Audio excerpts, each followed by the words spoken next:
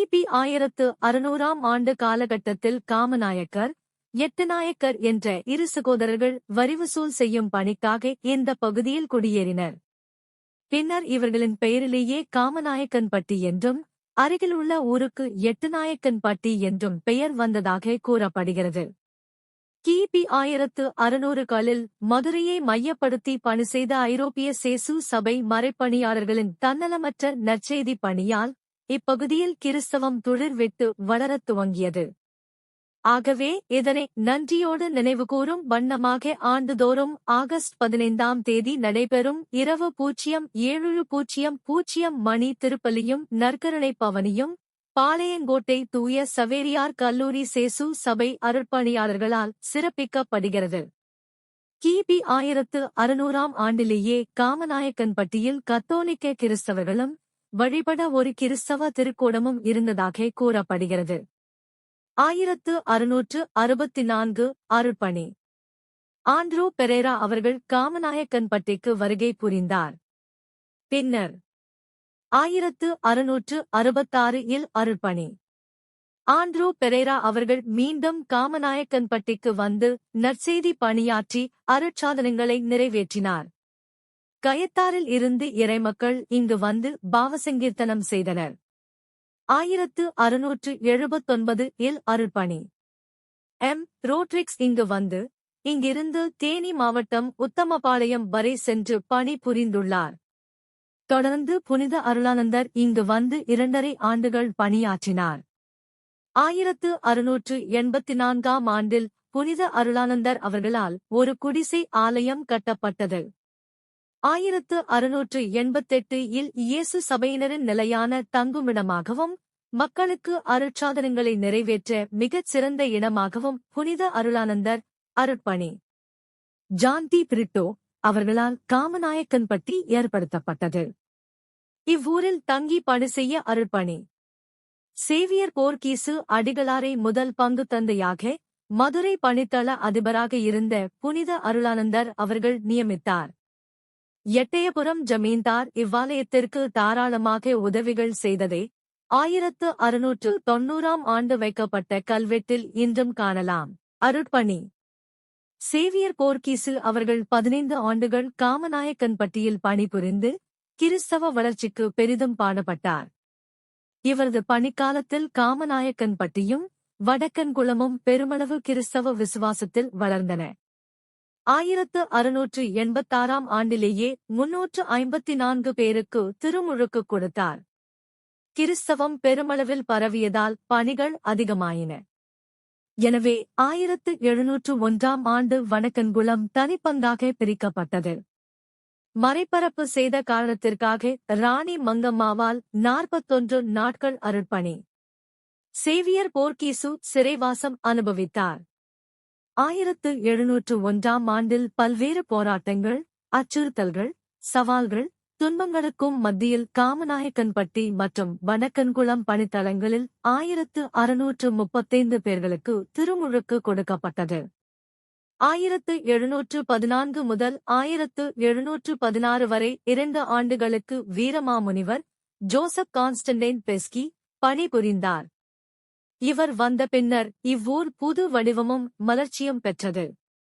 575 பேர்களுக்கு திருமுழுக்கு கொடுத்தார். இரத ஊர்வலம், சப்பர ஊர்வலம் என கிறிஸ்தவ பக்தி முயற்சிகளை இந்தியமயப்படுத்தி விசுவாசத்தில் மக்களை உறுதிப்படுத்தினார். பல்வேறு சவால்களையும் துன்பங்களையும் வீரமாமுனிவர் இங்கு சந்தித்த போதும் ஒரு துறவியாக மதத்தை மட்டுமே போதிக்காமல் மக்களின் உள் உணர்வுகளை ஆழமாக ஊடுருவி பார்த்தார்.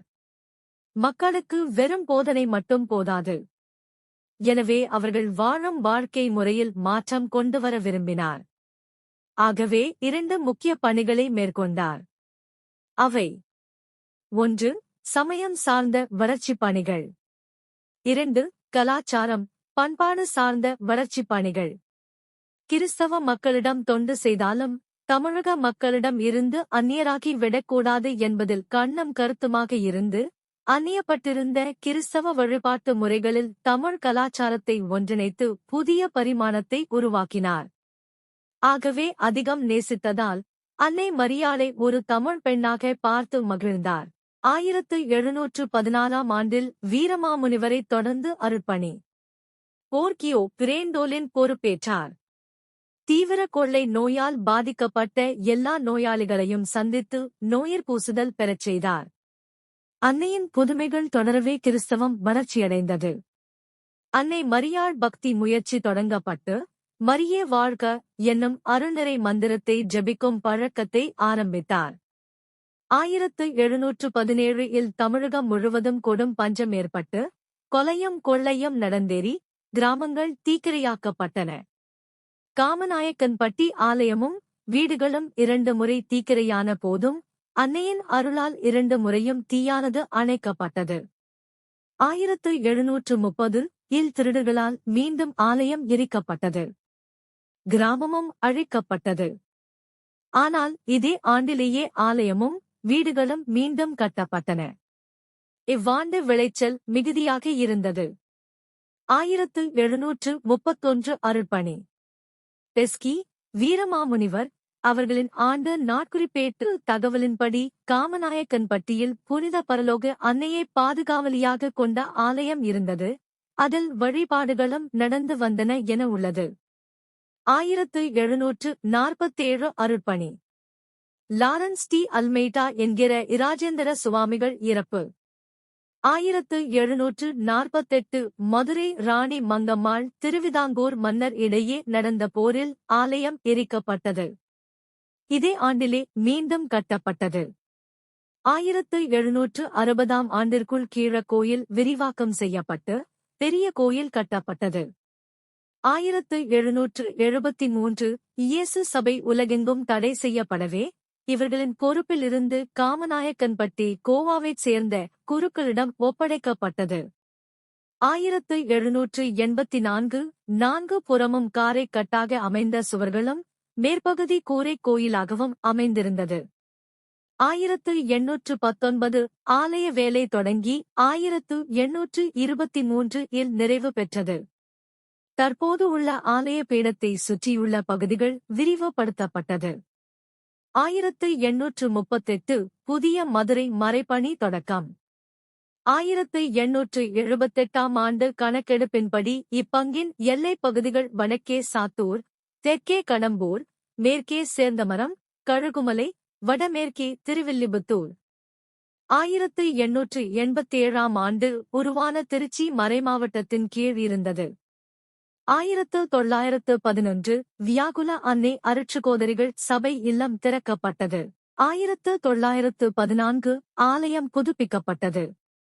1918 ஆலயம் விரிவாக்கப்பட்டு பரலோக மாதா பீடம் மற்றும் வடபுறம் தென்புறம் உள்ள 2 பீடங்கள் அமைக்கப்பட்டது. 1920 பங்குத்தந்தை இல்லம் மேல்மாடி கட்டப்பட்டது.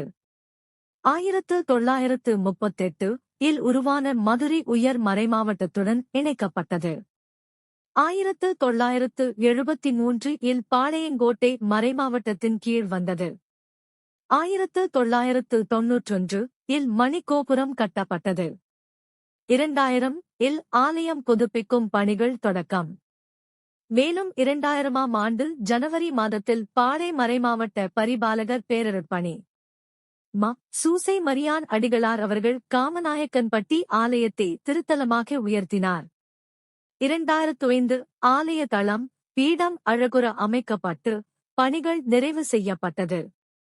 2000 தேர்க்கூடங்கள் புதுப்பிக்கப்பட்டது. அருட்பணி போர்கீசு இல்லம் கட்டப்பட்டது. ராஜேந்திர சுவாமிகள் குருசடி புதுப்பிக்கப்பட்டது. 2000 அருள் ஊற்று கெபி கட்டப்பட்டது. 2008 ஜபமாலை தோட்டம் அமைக்கப்பட்டது.